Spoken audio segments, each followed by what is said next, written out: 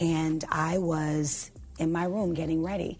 But the strange thing is, right before I started to get ready, there was this guy and a paramedics guy in the elevator, and they were like, hurry up, she's not breathing.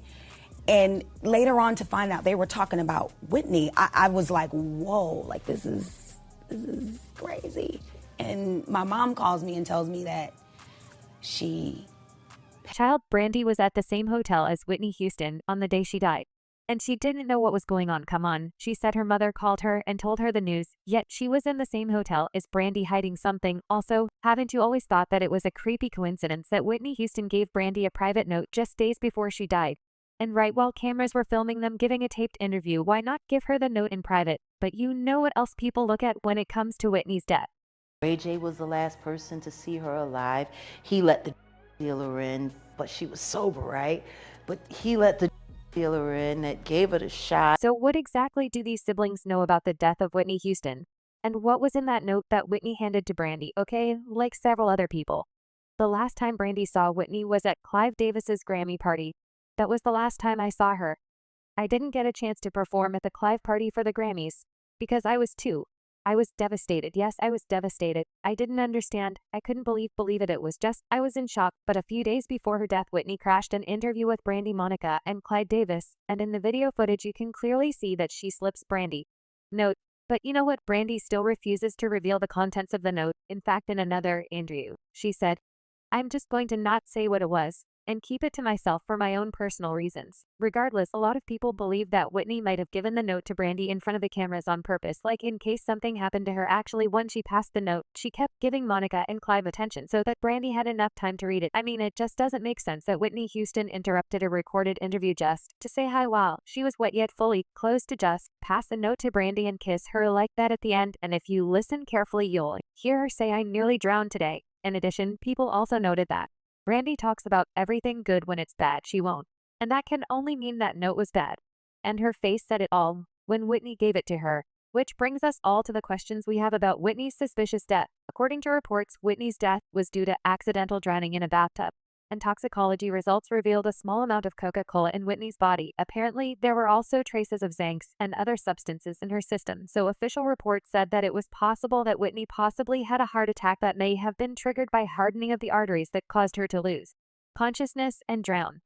But we also know that the coroner did not find any evidence of a cardiac episode or event. So that story about Whitney having a heart attack was probably just a cover-up. See, the coroner only noted that Whitney had mild heart disease and some blockage of an artery, like a lot of smokers do, so the idea that she fell into the bathtub as a result of a heart attack is at least not established by the autopsy report. As for the Coca-Cola levels, the coroner said it seemed she used some but not a whole lot, so it could not have caused her death. So the question people have always had is what caused her to become submerged in that tub of scalding water to the point that she could not get herself out. In addition, something else that came up after Whitney's death was that there wasn't enough water in her lungs to prove that she died from drowning, which makes it very likely that someone placed her in the bathtub and she did not pass out while she was in it.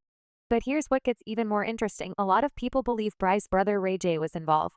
That was the last time I saw her. I didn't get a chance to perform at the Clive party for the Grammys because I was devastated. Yes. I was devastated. I didn't understand. I couldn't believe it. It was just... Nobody can explain. It's like, it's all my fault.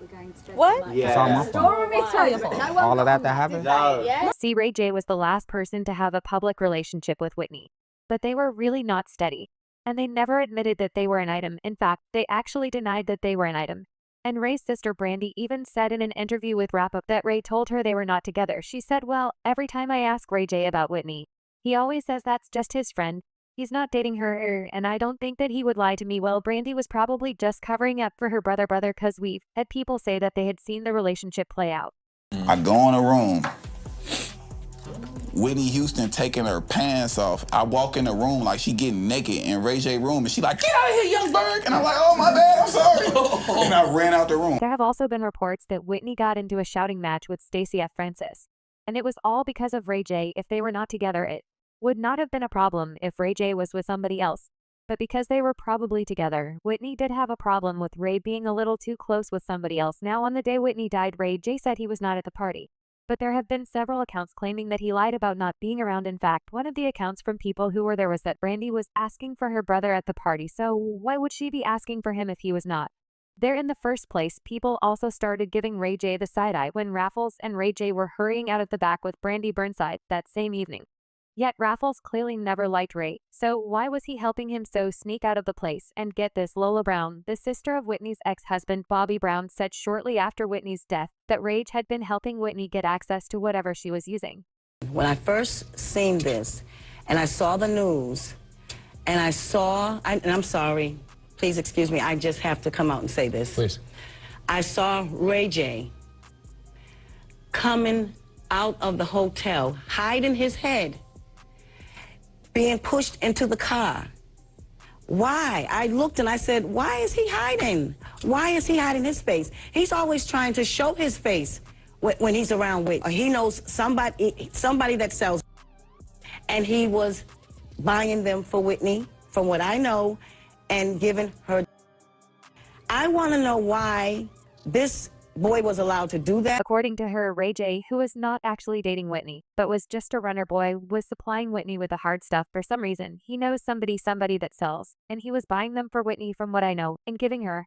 I want to know why this boy was allowed to do that. Basically, Lola Brown believes that Ray J was involved in Whitney's death, and she actually blames him for what happened for his part.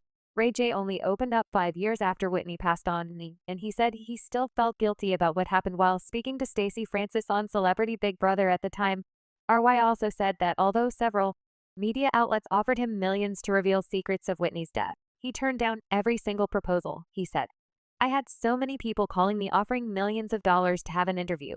I was like, I don't need the money. It's not good money. That's just not right. My karma would be bad. But what exactly is Ray J not telling us about Whitney's death? And how much of it does his sister Brandy know? Most importantly, did that note that was passed to Brandy by Whitney have anything to do with her death? Well, as much as followers say the note was not coincidental, there are people who also say that they doubt anything of significance or real importance was in the note. For all we know, it was probably a happy birthday wish.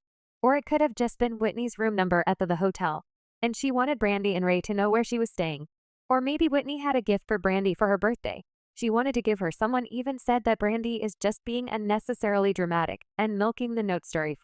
All she's got to raise interest in her and Whitney's connection. In fact, we've even had followers pointing out how dramatic she has been with the connection, like in 2017, when both Brandy and Monica decided to remember Whitney Houston on her birthday. Monica took to Instagram to celebrate Whitney, and her simple message read, "You will forever be the greatest. You will forever be missed." Hours later, Brandy also posted her own tribute to Whitney, captioning her post, "My angel, my friend, my fairy godmother, I love you forever. Thank you for trusting me with the torch." Child Brandy was not prepared for the heat she got for a post she thought was innocent, because people flooded her Instagram comment section, drawing comparisons to their post and criticizing her for her self-indulgence caption. Basically, they were slamming Brandy for making the tribute about herself, while Monica simply honored Whitney and left it at that regardless. We still have people who believe that Brandy knows what really happened to Whitney, but she's just not allowed to talk yet, but she will one day. But what do you think was really in that note that Whitney slipped her? And do you think Ray J also knows exactly what happened to Whitney? Drop those thoughts in the comments section below.